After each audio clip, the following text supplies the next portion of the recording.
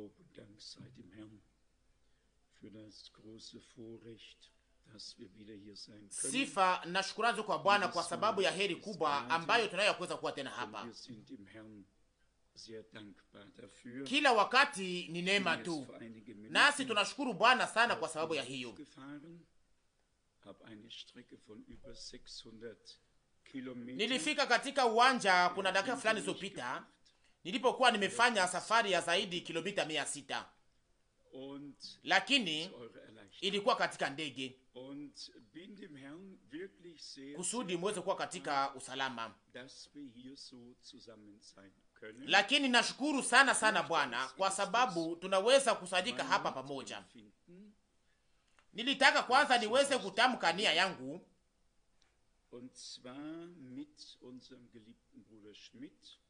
na sana sana kwa ndugu yetu mpendwa Schmidt na jamaa yake yote nzima.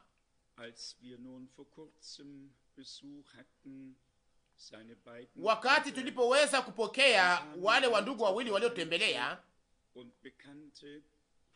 na kisha kukafika wengine wa jamaa na wale wanaotujua, na leo tena ilinijia katika wazo ya kwamba Mungu katika Agano la Kale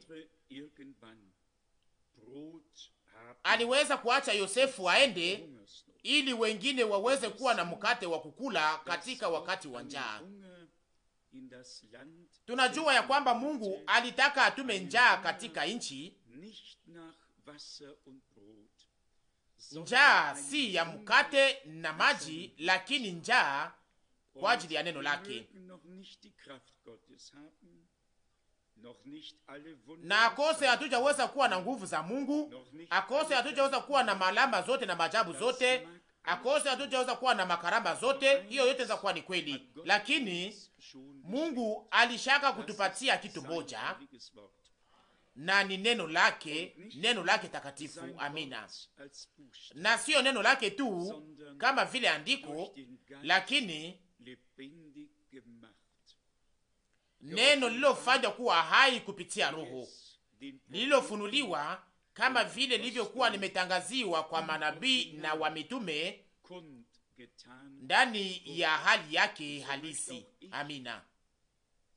Na ndiyo maana ninataka pia nami niweze kuwakaribisha wote na kuwasalimia kwa furaha kubwa katikati yetu, muwe wageni au muwe wenyeji wa hapa. Tunataka ili wote waweze kujisikia katika usalama. Mnajua vizuri ya kwamba katika nchi moja na katika mwongozo moja wa imani, kila kusanyiko la pahali linakuwaka tofauti na lingine. Linaweza kuwa linafanana, lakini hauwezi kuiga kwa namna ya kufanana, na sio lazima, kwa maana Roho wa Mungu anapaswa kutenda kwa namna mpya na kutuzungumzia, na Mungu anapaswa kufikia kwa yale inayompendeza.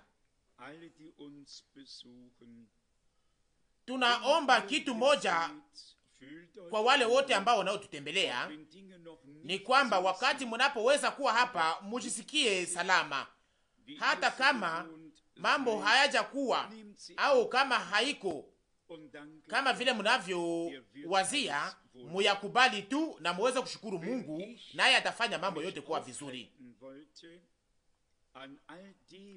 Kama mbele ya kuhubiri ninaweza kuchelewa juu ya yale yote nayoona na yale yote nayosikia hapa duniani, sasa ningepashwa kwenda mara moja, na hatuwezi kufanya hivyo.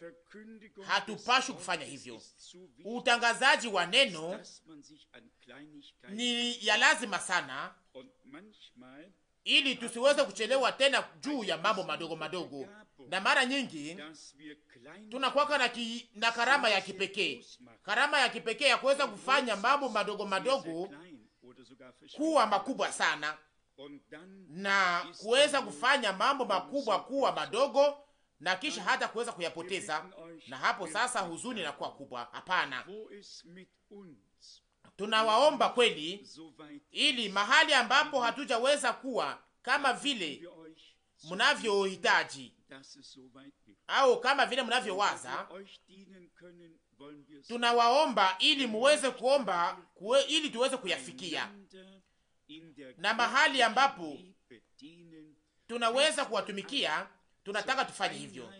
Tunataka kweli tuweze kutumikiana sisi kwa sisi katika upendo wa kiungu, mpaka tuweze kufikia sisi sote katika umoja wa imani na katika kumjua mwana wa Mungu, kama vile inavyoandikwa ndani ya Waefeso sura 4. Na kama tunachukua ndani mwetu nia zile, hizo ni nia za Yesu Kristo, na hapo sasa hatutaweza kuchelewa kusahau mambo fulani, na tuweze kuweka kwa nafasi ya kwanza mambo iliyo ya lazima. Nilisoma barua moja, sijue kama watu wanaohusika wako hapa jioni hii, lakini katika hali yote ndugu yule alikuwa akinungunika katika barua yake ya kwamba tungelipashwa kuzungumuza kwa namna iliyo wazi kuhusu mavazi ya wadada katika mahali hapa, ya kwamba wangepashwa kuvaa kwa namna ya kupendeza, na kwamba tungelipashwa kukazilia ili waweze kuwa pia na nywele ndefu. Ndiyo, sawa sawa na maandiko, hiyo ni yote ni kweli. Na kisha akaenda tena mbali akisema ya kwamba kwa sababu gani hatuonyeshake waziwazi namna gani mwanamke anapashwa kushikamata mbele ya mume wake? Kwa sababu gani hatuwekake hiyo kwa nafasi ya mbele? Kuna mambo fulani ambayo aliweza kutamka pia. Ndiyo, inawezekana pia ya kwamba hatukuweza kukamata kwa makini sana kitu moja au kitu kingine kama vile Mungu anavyohitaji, nasi tuko wazi mbele ya Bwana. Na kama mtu fulani anaweza kuwa na maoni au kitu fulani cha kusema au cha kuleta, kuna siku fulani niliweza kusoma pia ndani ya Biblia yangu ya kwamba wadada waliokomaa katika umri wa miaka wanapashwa kuwa walimu wazuri. Mshaka kusoma hiyo, wanapashwa kufundisha wale wadada walio na umri wa miaka kidogo namna gani wadada walio na umri kidogo wanapashwa kupenda na kutumikia na kuheshimu waume wao. Mshaka kusoma hiyo, ilikuwa kushangaza, lakini inaandikwa ya kwamba siruhusu mwanamke kufundisha, sawa sawa na Timotheo wa kwanza sura 2 mstari 12. Na ni kweli, lakini sio hapa mbele, lakini nyumbani kwao wanapashwa kupitia mazoezi yao kuambia wale walio na umri wa miaka kidogo ya kwamba sikia, kama unataka kuweza kuwa na siku nzuri, sasa fanya hiki na kile, na utakuwa katika hali njema, na mume wako atafurahi, na kadhalika na kadhalika. Lakini wadada nao wana haki ya kuweza kufundisha, ni kusema wale walio katika umri wa miaka wakifundisha walio wadogo namna gani wanapaswa kufanya mambo vizuri, na sio hapa, lakini pia huko mahali hiyo inastahili, mahali hiyo inapaswa kufanyika. Katika hali hiyo, wakati iposoma barua ilikuwa na ukarasa 2 iliyopigwa kwenye mashini na ilikuwa imeandikwa kwa heshima kubwa. Na sasa niliweza kuwazia andiko, mnajua mahali kunapoandikwa ya kwamba wanawake hawapashi kujipamba kwa nje, lakini kwa ndani wakiwa na roho ya upole na ya usalama ambayo iliyo ya damani mbele ya Mungu. Ndiyo, hiyo ndiyo inaandikwa ya kwamba kujipamba kwenu kusio kwa nje, lakini kujipamba kwa ndani, iliyofichwa ndani ya moyo, usafi usioharibika wa roho ya upole na ya salama ambayo iliyo ya damani kubwa mbele ya Mungu. Sawa sawa na Petro wa kwanza sura 3 mstari wa 4. Kama tunakusanyika hapa kama vile tunavyofanya hapa, tunafanya hivyo ili tuweze kujichunguza sisi wenyewe mbele ya Mungu, ili tuweze kuona tuko katika kiwango gani. Muniamini, wakati muda unapita na wakati tena ninasimama mbele ya Bwana, na inawezekana kwamba hakuna tena matokeo mengine. Tunapasha kujiweka kwa ujao mbele ya Mungu na kujipatia Mungu. Injili ya ujao inapasha kupokea ushuhudiwa ya ujao. Kama tunatangaza yule Yesu Kristo moja ambaye Paulo aliyetangaza, sasa anapashwa kufanya hayo mambo mamoja ambayo aliyofanya katika wakati ule. Amina. Kama tunahubiri ile injili moja, sasa Mungu anapashwa kushuhudia. Sijui namna gani mnajisikia kulingana na hiyo, lakini naamini ya kwamba wakati umefika ambapo hatupashwi tena kuendelea hivi. Niliweza kuwazia pia kuhusu mawazo yangu mazuri ya kuweza kutengeneza maredio na vipindi vya maredio na matelevisioni na kadhalika na kadhalika. Lakini wakati unapokuwa kimya mbele ya Bwana, hapo sasa sauti kidogo inakuja na kusema, wakati Mungu anapotaka kuanza kufanya kitu fulani, ingine yote inayobaki itajiweka kwa nafasi yake ayo yenyewe. Hapo sasa hatutakuwa na hitaji ya kitu fulani. Yale ambayo tunayohitaji ni kwamba Mungu aweze kuwa pamoja nasi na shuhudia neno lake. Amina. Ningetaka niweze kusema nikiambia ndugu yangu mpendwa Stein ambaye nayependa sana sana kwa jamaa yenu zote na si sote, mnajua kwamba baba yetu aliweza kuwa mwamini huko Urusi. Alienda wakati wa vita ya kwanza ya dunia, alienda asiye kuwa mwamini, akarudi akiisha kuwa mwamini. Niliweza kuanzia na kusikia mara nyingi ushuhuda wake, na niliweza kuwa na ushuhuda sana sana na uhusiano ya kipekee pamoja na Ulaya wa Mashariki. Niliweza kupenda sana sana baba yangu, nilikuwa nikimheshimu sana. Wandugu waine wangu na wadada yangu wako hapa, wanakaa hapa leo. Tunajua yale ambao baba yetu waliweza kupatia, na ni bila mashaka ni kwa sababu waliweza kuishi huko mazoezi yao pamoja na Mungu, na ni kwa sababu ya hiyo ndiyo Ulaya wa Mashariki nalishika sana kwenye moyo, na yale ninayosema ninayawaza pia. Na ndugu yetu mpendo aliweza kutuuliza kama tunaamini ya kwamba mtu aliyebatizwa kwa Roho anazungumza kwa lugha, nasi tunajibu bila mashaka tukisema ndiyo iliyo wazi. Siwezi kujibu kwa namna iliyo tofauti, ila yale ambayo andiko linatufundisha.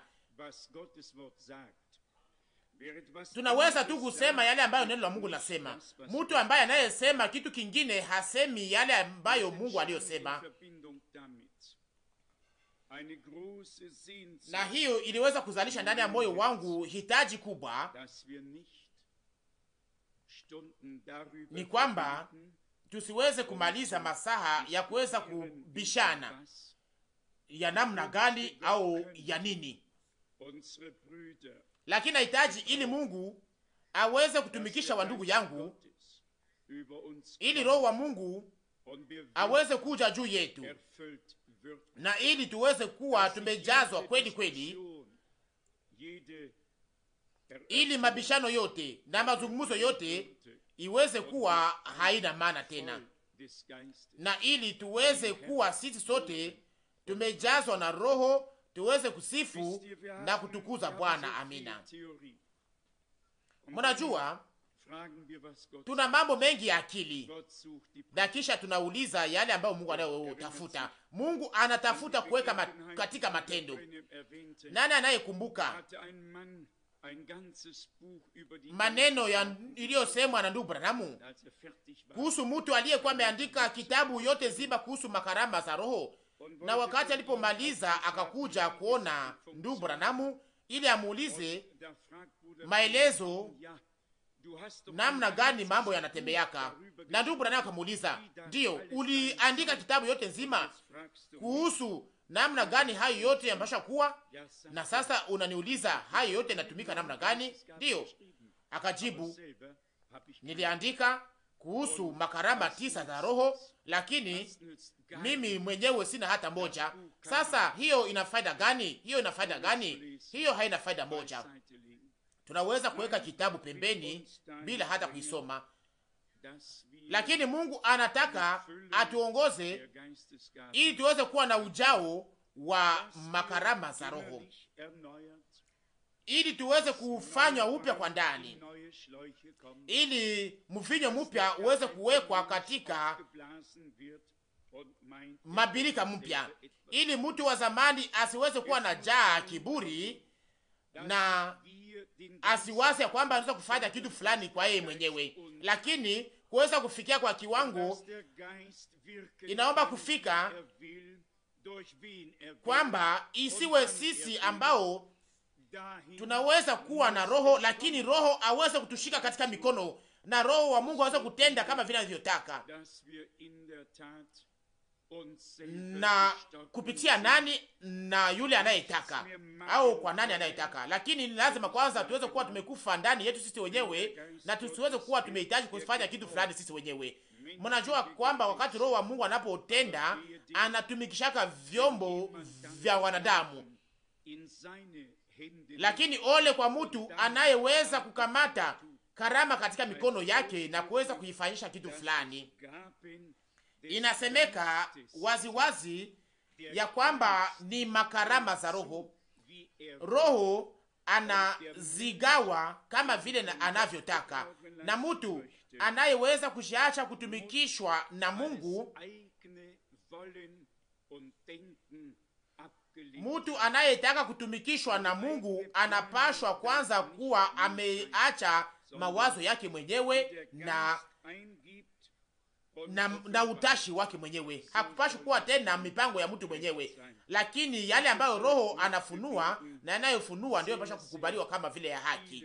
Kama vile nilivyosema, mambo mengi yako katika roho yangu na inanigusa sana, lakini Mungu aweze kuja na kupata inayompendeza kweli kweli. Wakati niposoma barua, niliwazia kuhusu hayo yote. Hakuna maelezo au habari ambayo sikamataki kwa makini sana. Inapaswa kuwa hivyo. Umilele ni ndefu sana. Wazo ingine za kunijia. Wengi walizungumuza kwa heshima na waliweza kuniita na kuniandikia au kuniambia yale ambayo hii kitabu cha mwisho iliyopita iliweza kumaanisha nini. Hii kitabu inayoitwa Kurudi kwa Yesu Kristo, na mambo fulani iliweza kuwa ya lazima na kuwa wazi kwa ajili yao. Na hapo sasa huzuni akilini inanishika wakati napowazia, Mungu wangu, kama unakuja leo, nitaweza kweli kupanda pamoja na wewe. Amina. Haitoshi kuweza kuandika au kuhubiri au kufundisha, lakini inaomba kuweza kuwa umefanya mazoezi ya mambo hayo ambayo ndiyo lazima ili mtu aweze kunyakuliwa, kuweza kunyakuliwa wakati muda utakapokuwa umefika. Nguvu za Mungu zinapaswa kwanza kuwa ndani yetu ili ziweze kufanya mili nayo kufa kuwa hai. Na ndiyo maana andiko nasema, kama nguvu za yule aliyefufua Yesu toka wafu inakaa ndani ya mili yenu nayo kufa, hapo sasa ataifanya kuwa hai kupitia nguvu za yule anayekaa ndani yenu, sawa sawa na Waroma sura 8 mstari 11. Na ni nguvu za Roho Mtakatifu, na ndiyo maana tunapaswa kuhitaji ili tuweze kuishi mambo hayo sisi wenyewe. Muwazie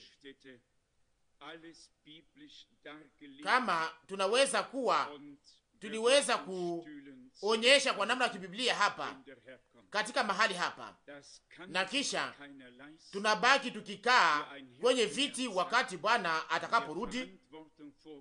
Mtu ambaye aliye na moyo wa mchungaji, anayechukua usimamizi mbele ya Mungu na ambaye anayejua ya kwamba anapaswa kutoa ripoti katika siku ile, mtu yule hawezi kujiruhusu mambo hayo.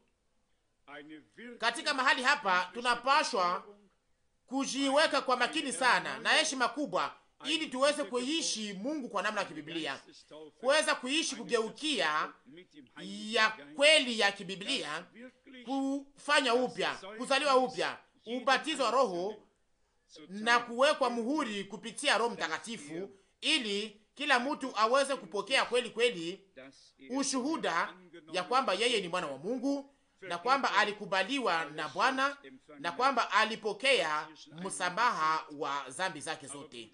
Nishaka kusema hapa, lakini ndugu Rusi na mimi tuliweza kuyaishi kuna miaka 2 iliyopita. Wakati unapita haraka, wakati dada wa dambani moja aliyekomaa katika umri wa miaka alipokuwa kwenye kitanda chake cha kufa katika hospitali,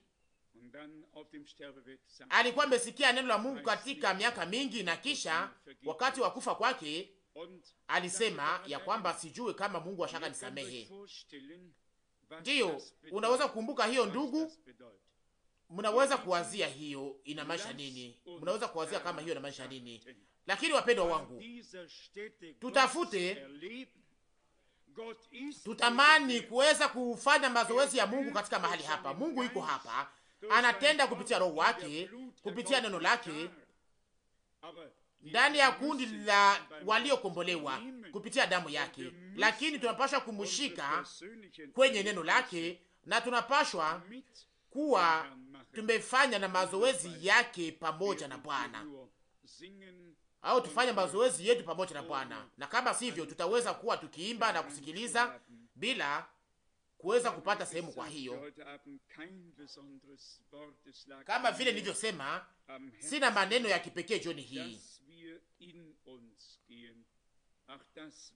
Nilikuwa kwenye moyo ni kwamba tuweze kujiuliza sisi wenyewe, kuweza kuwazia sisi wenyewe. Nitaka kusema kitu fulani tena. Kulinganisha haistahili au haikubaliwi, lakini tunatambua ya kwamba kila mara hatujaweza kuwa mahali ambapo tungepasha kuwa. Ninajua ndugu Momo, niliweza kuhubiri huko siku moja huko Yugoslavia, na huko nako watu wanatazamaka mambo ya nje, na mke wa mhubiri alikuja kwangu akasema, ndugu Franki, ungepasha kutoa peta yako kwenye kidole chako kwa sababu ni kikwazo kwetu. Nikashambia hakuna kitu chepesi kuliko hiyo. Nikafanya hivyo ili nisiweze kuwa kikwazo kwao, lakini ninasema hiyo kwa sababu moja tu. Inawezekana kwamba tunatazamaka tu mambo ya nje, lakini ufalme wa Mungu haukuje kwa mambo ya nje, inapaswa kuwa ndani yetu. Haiwezi kuwa tofauti. Mtu awe na pete au hapana, mtu awe na moja au mwingine asiwe kuwa nayo, moja anakuwa nayo au mwingine hana hayo, hiyo inaendelea pia hivyo. Niliweza kusukumwa pia huko Ugiriki, na sijui kama namna gani nilifika, lakini nilikuwa nimegunja miguu yangu na mbele niweza kutambua dada alikuja tena inge mara moja. Ni ya kushangaza, lakini yawezekana kwamba ni wanawake wahubiri ndio wanakwaka na kuona njema na kuona iliyo njema, na akaniambia hii haifanyikake huku kwetu, hauwezi kufanya hiyo wakati wa makusanyiko ya kiungu. Sasa niliweka miguu yangu moja kwa upande mwingine kama vile inavyostahili wakati unapotembea kwa mfano, na kadhalika na kadhalika. Lakini ninasema hiyo tu ili niweze kusema kwa kiwango ni vyepesi sana kuweza kutazama mambo ya nje, lakini hiyo haitoshi. Inaomba kuweza kuacha Roho wa Mungu aweze kutenda. Na sijui namna gani wa ndugu yetu na wadada yetu wapendwa wa umoja wa Sovieti wana waziaka kuhusu swali ya nywele ndefu, lakini tuliweza kusoma hiyo kwa makini sana katika matafsiri tofauti na katika lugha tofauti. Biblia inasema waziwazi ya kwamba nywele ndefu zilipewa kwa mwanamke kuwa kifuniko kwake. Siwezi kusema tofauti na hiyo.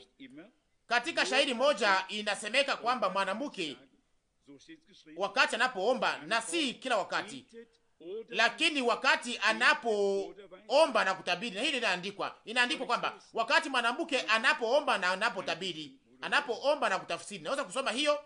Ndiyo, asante ndugu Rus. Ndugu Rus amekwisha kusema ya kwamba soma neno hilo, na sasa nitaka kufanya hivyo. Hakuna kitu kizuri kama vile kuweza kusoma maandiko matakatifu kama vile inavyoandikwa. Wakorinto wa kwanza sura 11 mstari wa 3. Wakorinto wa kwanza sura 11 mstari wa 3. Lakini nataka mjue ya kwamba kichwa cha kila mume ni Kristo, na kichwa cha mwanamke ni mume, na kichwa cha Kristo ni Mungu. Mstari wa 4. Na kila mwanamume akiomba au akitoa unabii, naye amefunikwa kichwa chake, anapatiza kichwa chake haya. Mnasikia? Anayeomba, anayetabiri, anapatiza kichwa chake haya. Nani aliye kichwa cha mume? Ni Kristo. Na sasa musikie, sikia mstari wa 5. Lakini kila mwanamke anayeomba au anayetabiri pasipo kufunika kichwa chake, kwa upande mmoja anasemeka kwamba kichwa kinafunika, la kwamba kichwa kinafunikwa. Lakini mwanamke anayeomba au anayetabiri pasipo kufunika kichwa chake, na sio kwamba anayeimba, lakini anayeomba na anayetabiri anapatiza kichwa chake haya. Nani aliye kichwa chake? Ni mume, kwa sababu ni sawasawa na aliyenyolewa. Musikie vizuri. Kwa sababu gani inaandikwa hapa kwamba ananyeliwa, kunyolewa? Neno inaandikwa kwamba inanyolewa kwa sababu inaandikwa kwa sababu inahusu nyele. Amina, inahusu nyele. Kama ninanyolewa hapa, sina hitaji, nishaka nyolewa kwa namna ya kimwili, lakini hapa inahusu kama vile inavyoandikwa, kwa maana hapo anafanana sawasawa na yeye aliyenyolewa. Mstari wa 6. Kwa sababu kama kichwa cha mwanamke kisipofunikwa, nywele zake zikatwe vile vile. Sasa nywele zile zina maana gani kama hawezi kuziacha au kama hawezi kutii? Na hapa napasha kufanya angalisho. Nilikuwa huko Sisile, niweza kuwa makini sana, na niweza kusema namna gani hayo yanapasha kufanyika, na mnaweza kuiamini hapo hapo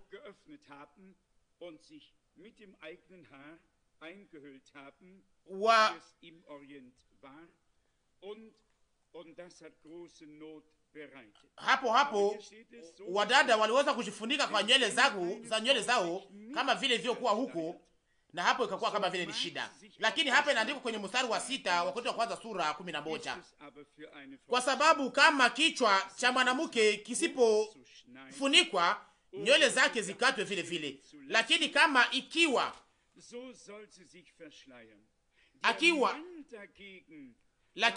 kwa haya kwa mwanamke kukata au kunyoa nywele zake, afunikwe. Mstari wa 7. Kwa maana haipasi mwanamume kufunika kichwa chake. Kwa sababu gani? Wakati Yohana alipokata kichwa, kitu gani kilichonyang'anywa kwake? Kichwa kinaenda mpaka wapi? Kichwa kinaenda mpaka wapi? Ni hivyo mpaka hapa. Inaenda mpaka hapa, inaenda mpaka hapa. Na ndio maana inaandikwa hapa kwenye mstari wa 7. Kwa maana mwanaume haipasi kufunika kichwa chake, kwa sababu yeye ni mfano na utukufu wa Mungu. Katika maombi ingekuwa vema ili mwanaume asiweze kugunja kichwa mpaka kwenye udongo, lakini aweze kunyanyua macho mpaka Mungu. Lakini mwanamke angepasha kufanya hivyo, Lakini sasa hapa kwa mfano, tusikamate hiyo kwa makini sana,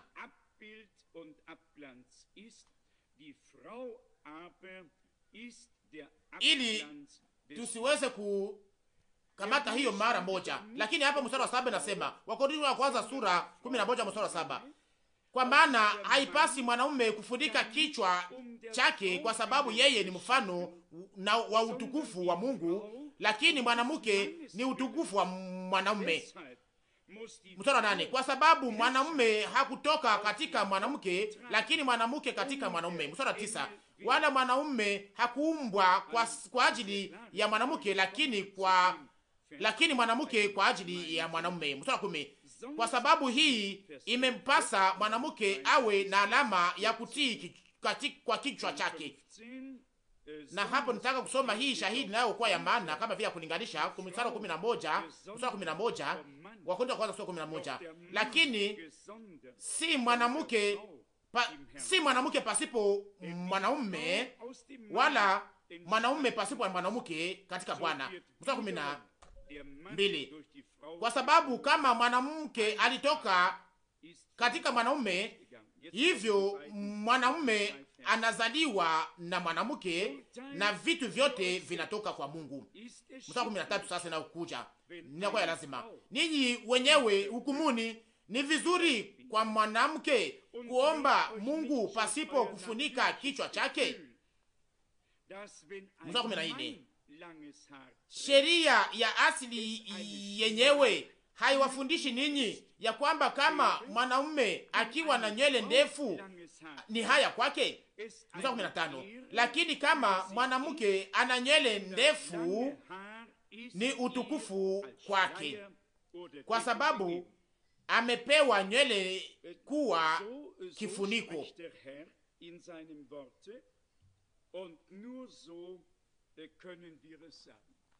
Ndiyo, hiyo ni Bwana anasema katika neno lake, na hiyo ndiyo namna moja ambayo tunapaswa kuisoma. Kama mtu anawaza kwamba kama mtu anaweza kuwa kama mwanaume anaweza kuwa na nywele ndefu ni haya kwake, lakini kama mwanamke anaweza kuwa na nywele ndefu ni heshima kwake, kwa sababu alipewa nywele ndefu kuwa kifuniko. Muwazie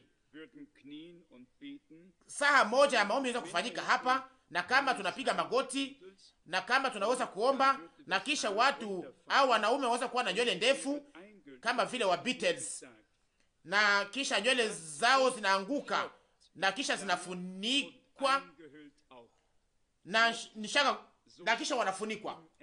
Nishaka kusema hapa neno iliyo wazi inasemeka hapa kwamba kufunikwa. Mniamini, inaandikwa hapo katika maneno yake ya kwanza halisi. Wanawake waliacha nywele zao zianguke zikiteremuka wakati wa maombi, na walikuwa wakifunikwa na nywele hizo, na vichwa vyao na nyuso zao zilikuwa zimefunikwa kwa nywele zao, na hivyo miguu yao inakuwa ya lazima kwa ajili ya kutembea, na mikono kwa ajili ya kutenda, na nywele ndefu zilipewa kwa mwanamke kwa ajili ya kuwa kifuniko kwake.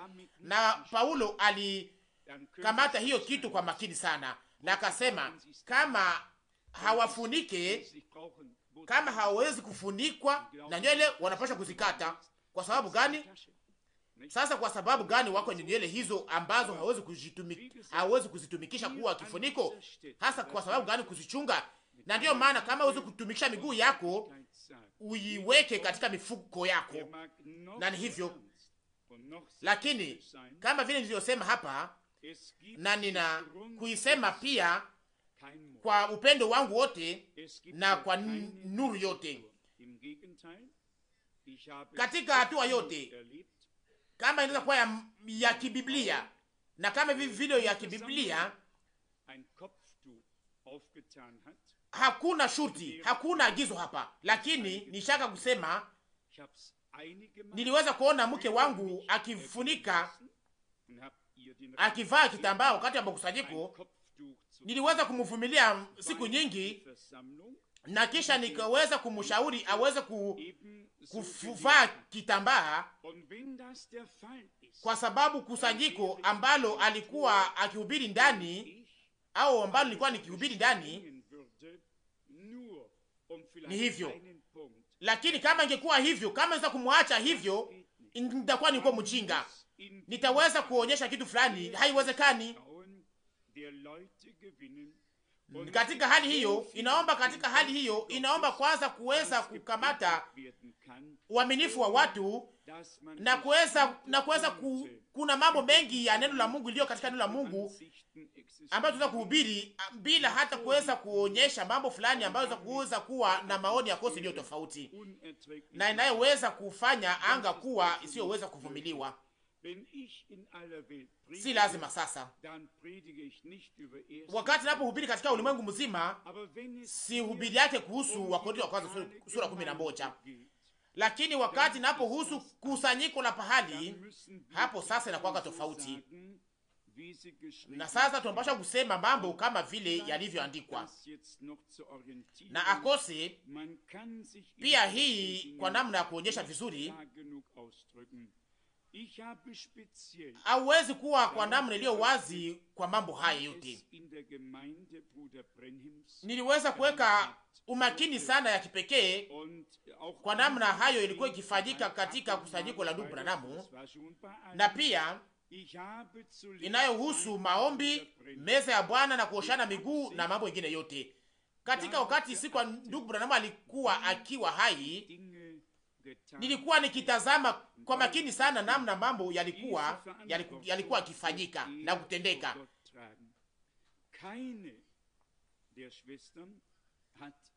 Na ni yeye ndiye atakayekuwa na usimamizi mbele ya Mungu. Hakuna dada aliyeweza kuacha nywele zake ziweze kuanguka na kufunika uso wake. Wamoja walikuwa wakiziacha zifunguliwe, wengine walikuwa wakizigunja, na wengine waliweza kuzigunja kama vile shinyo. Wengine walikuwa wakivaa kofia, wengine walikuwa wakivaa makofia huko. Hiyo ni tabia ya Kimarekani katika kila siku ya kwanza ya juma. Kama mwezi huko na siku ya kwanza ya juma ine, unakutana wamoja wanavaa makofia na wanavaa makofia kosa yaziko sawasawa, lakini hakuna mmoja wao aliyefunika uso wake kwa nywele zake wakati wa maombi. Na ndio maana ninaomba ili tusiweze kuingiza mambo hayo hapa. Inawezekana ya kwamba ninaweza kuacha mambo hayo kama vile livyo, lakini inaweza kwamba wakati wa saa ya maombi ya kipekee na wadada ambao wanaotambua ya kwamba wako na makarama za Roho, lakini Mungu aweze kuwaweka hiyo kwenye moyo kama vile inavyoandikwa hapa, wanapoomba au wanapotabiri. Kama inahusu sasa makusanyiko ya kipekee, mahali ambapo Roho wa Mungu anatenda na mahali ambapo wadada wanatimiza makarama za Roho, na hapo sasa inawezekana ya kwamba Bwana anaweza kuwaweka hiyo kwenye moyo. Lakini nawasihi,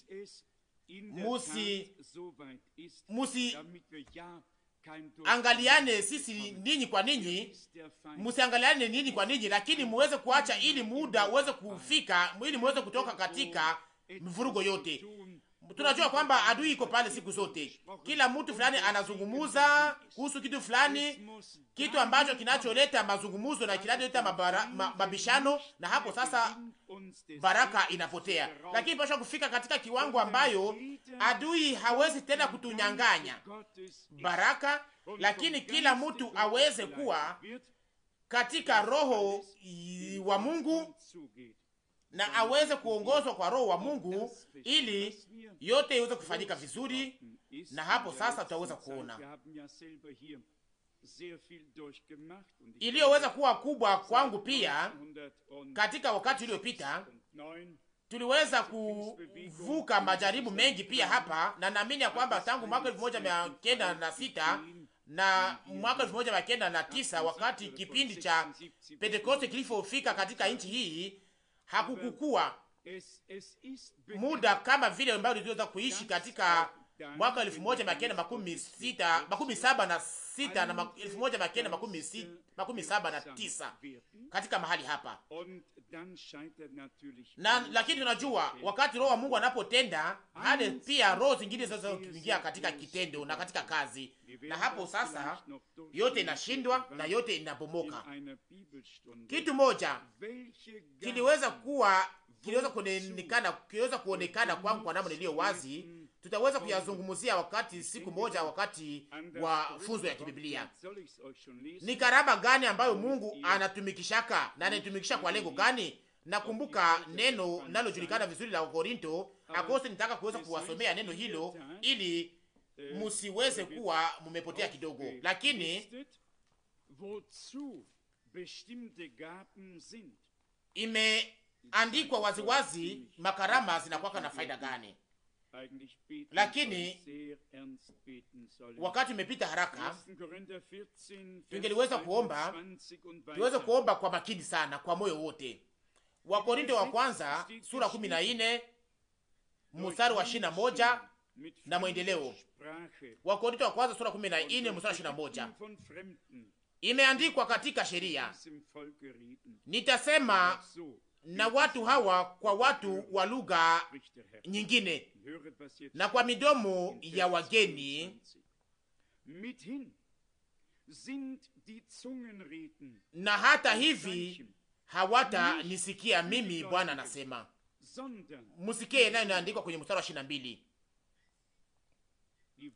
Basi lugha ni kwa alama, si kwao wanaoamini, lakini kwao wasioamini. Lakini kutabiri si kwao wasioamini, lakini kwao wanaoamini. Na mimi kwamba nimesha kusoma tena hiyo mstari 22, Wakorintho wa kwanza sura 14. Basi lugha ni kwa alama, si kwao wanaoamini, lakini kwao wasioamini. Lakini kutabiri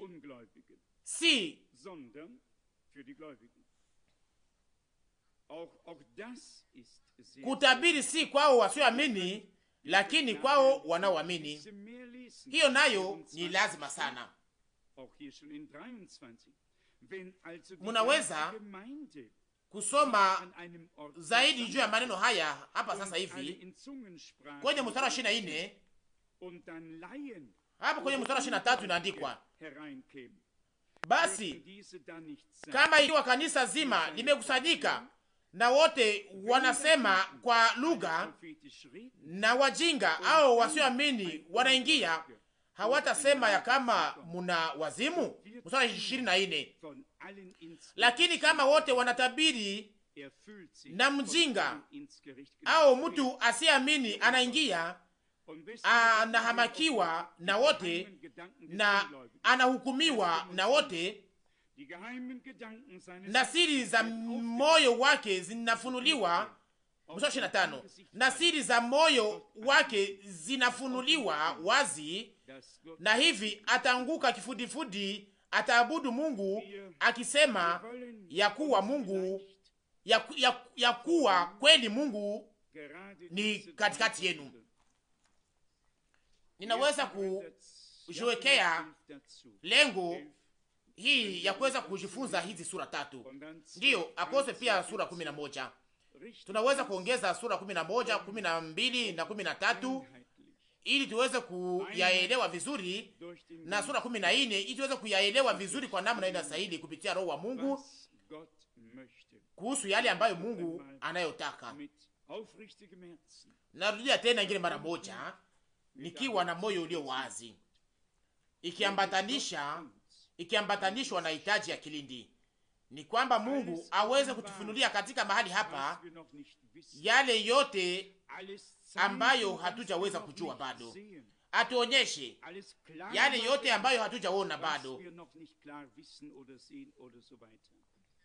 aweze kutuangazia yale yote ambayo hatujaweza kuona kwa namna iliyo wazi, ili tuweze yale ambayo hatujaweza kuona bado.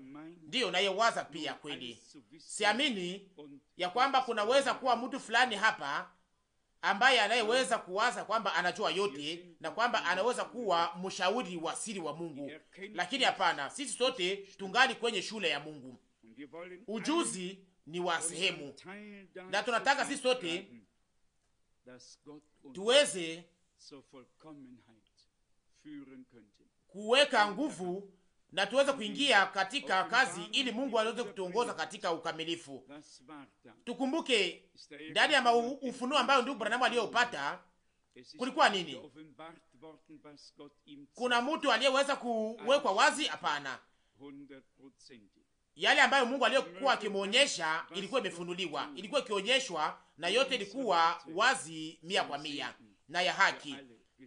Na sasa yale ambayo Mungu anayofanya kupitia sisi au katikati yetu, tunataka iweze kuwa baraka kwa ajili ya sisi sote.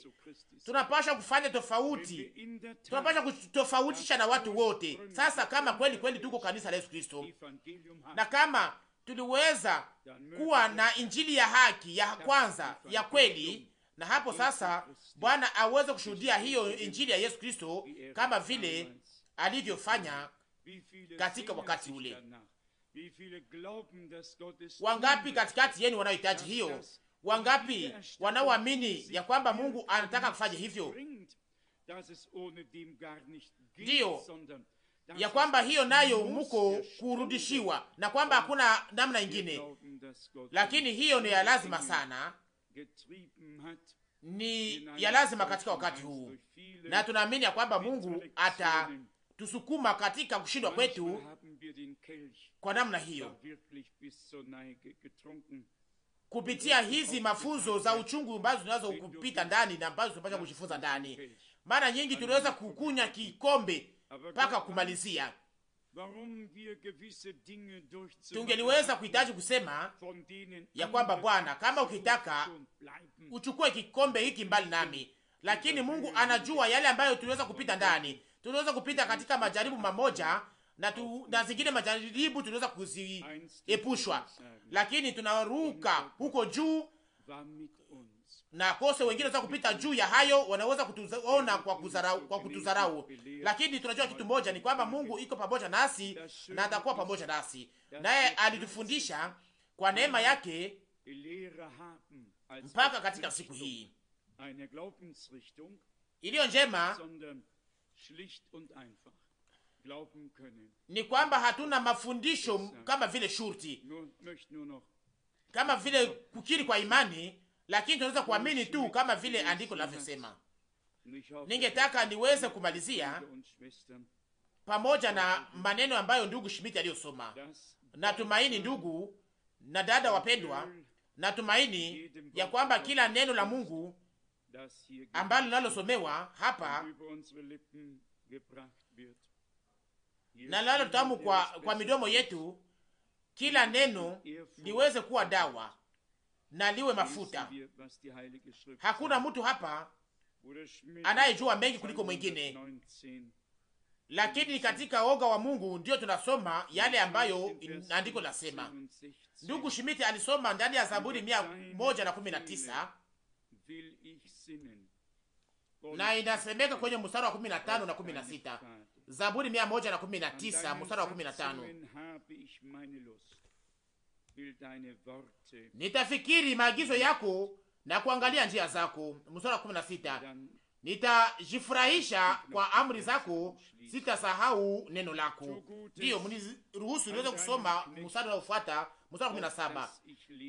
Utendee mtumishi wako kwa ukarimu ili nipate kuishi. Hivi nitatii neno lako. Mstari wa 18. Ufungue macho yangu nipate kuona maajabu yanayotoka katika sheria yako. Mstari wa 19. Mimi ni mgeni katika nchi, usinifiche maagizo yako. Tunatambua kwa kilindi au kwa hitaji gani ya kilindi ambayo watu hawa Mungu waliweza kuita Mungu, waliweza kuita Bwana. Nasi tufanye hiyo kitu moja katika wakati huu. Kuja kwa Bwana iko karibu. Mwito unasikilikana. Mujitayarishe, mwende kumulaki bwana harusi. tazama bwana harusi anakuja. Basi Mungu atusaidie, atusaidie kweli. Na wapendwa wangu, nawaambia kitu moja, ninawaomba hii, musiache neno kupita pembeni yenu bila kuweza kuwa makini kwa ajili yake. Wakati tunapoomba, tuombe kweli sisi sote. Maandiko matakatifu yanasema ya kwamba wote walipandisha sauti yao. Mweza kuisoma ndani ya barua kwa Waroma, ndani ya Matendo ya Mitume. Ombi ilikuwa kama vile kamba ya uhindi, lakini ilikuja sasa wakati wote walipokuwa kimya, na wakati walipokuwa hata wawajui nani ambaye alipasha wakati hawangeliweza kujua nani alipasha kuomba na nani alipasha kuomba baadaye, lakini walikuwa wote pamoja kwa moyo moja. Wakati ombi likuwa imeungana pamoja, ilikuwa ikiwezekana kwamba hapo Roho wa Mungu alianza kutenda. Tungoje ili mambo yote iwekwe katika utaratibu kama vile inavyopendeza Mungu. Acha Bwana atubariki sisi sote. Sijui yale mnayosikia, lakini ninaguswa sana. Ninataka tu, nahitaji tu ili Mungu aweze kuja apokee inayompendeza. Sitaki kitu kingine. Ninataka tu ili Mungu aweze kupata inayompendeza. Ninasema zaidi sana, Bwana, unataka nifanye nini? Mapenzi ya Mungu yatimilike ndani yetu kupitia sisi tuweze kuweka upendo wa Mungu juu ya mambo yote, upendo ule ambao usiofanyizia mtu mwingine kibaya, usioumiza, lakini unaoweza kuvumilia yote, inao samehe yote na kadhalika na kadhalika. Acha kamba ya upendo wa kiungu uweze kutunga sisi sote, uweze kuwa ya ndani na ya haki. Jina la Bwana liweze kusifiwa na litukuzwe. Amina. Tusimame na tuabudu. Bwana, tunakushukuru kwa ajili ya neno lako takatifu na la damani.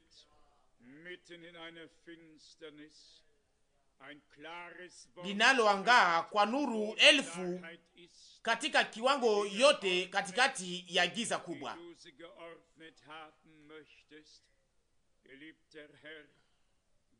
Unayetangaza neno leo wazi mahali ambapo kunapokuwa mfurugo. Wewe unayepanga mambo kama vile inavyohitaji kupangwa. Bwana mpendwa, tunakusanyika hapa mbele ya uso wako, tunataka uweze kupata inayokupendeza. Mungu mkubwa, sisi tunasikia kwamba uko karibu sana. O Roho wa Bwana uje, ndiyo uonekane na usiweze kuwa mbali. Mwokozi mpendwa, tupatie kugeukia, kufanya upya, kuzaliwa upya. Tupatie ubatizo wa Roho Mtakatifu, kuwekwa muhuri, gawa makarama, makazi na huduma. Uvike Bwana, ili yote iweze kurudishwa kwa ajili ya utukufu wa jina lako, kama vile ilivyokuwa kwa mwanzo. Acha iweze kuwa hivyo pia kwa mwisho. Tupatie roho ya umoja mbele ya uso wako, ni kusema nia za Yesu Kristo, ili tuweze kufanya mapenzi ya Mungu katika mambo yote. Bwana mpendwa, kwa maana nia kama hizo zilikuwa ndani yako, na sio mapenzi yangu, lakini mapenzi yako ndiyo yafanyike. Ndani ya gombo la kitabu imeandikwa kuhusu mimi, nilikuja nifanye mapenzi yako, na kufanya mapenzi yako ndiyo hitaji yangu. Bwana mpendwa, tuko hapa mbele ya uso wako takatifu. Ninakuomba kwa moyo wote uweze kutufungua kutoka makamba zote, ili tuweze kupanda juu katika imani, ndani ya maombi na ndani ya Roho. Bwana mpendwa, ulitufanyia mema, ulitubariki, ulitusaidia kuweza kuvuka hii jaribu. Ulifanya mambo makubwa ndani yetu. Tunakusifu kwa ajili ya hiyo. Haukutufanyia vibaya mpaka katika siku hii, ulitufanyia tu mema tena na tena. Jina lako lisifiwe. Tena ingine mara moja tunakuomba Bwana, ujisikie kwa uhuru katikati yetu, utupatie makusanyiko ambamo unaweza kuja na kupata inayokupendeza. Bariki ndugu yangu mpendwa Rusi, bariki ndugu yetu mpendwa Schmidt, bariki wa ndugu yetu wote na wale wote ambao waliojiunga na wanaokuwa pamoja nasi, wajisikie vizuri katikati yetu.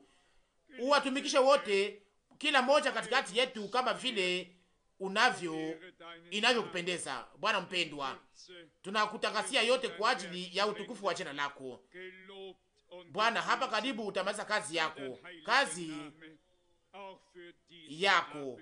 Acha jina lako takatifu liweze kusifiwa katika siku hizi. Haleluya, haleluya. Sote pamoja tunasifu nguvu ya damu yako na nguvu ya neno lako na nguvu ya roho wako. Bwana mpendwa, sisi ni wanani? Watu wa zizi lako, kundi la mkono wako. Tulikutambua wewe kama Mungu uliye hai, na wewe ulitujua.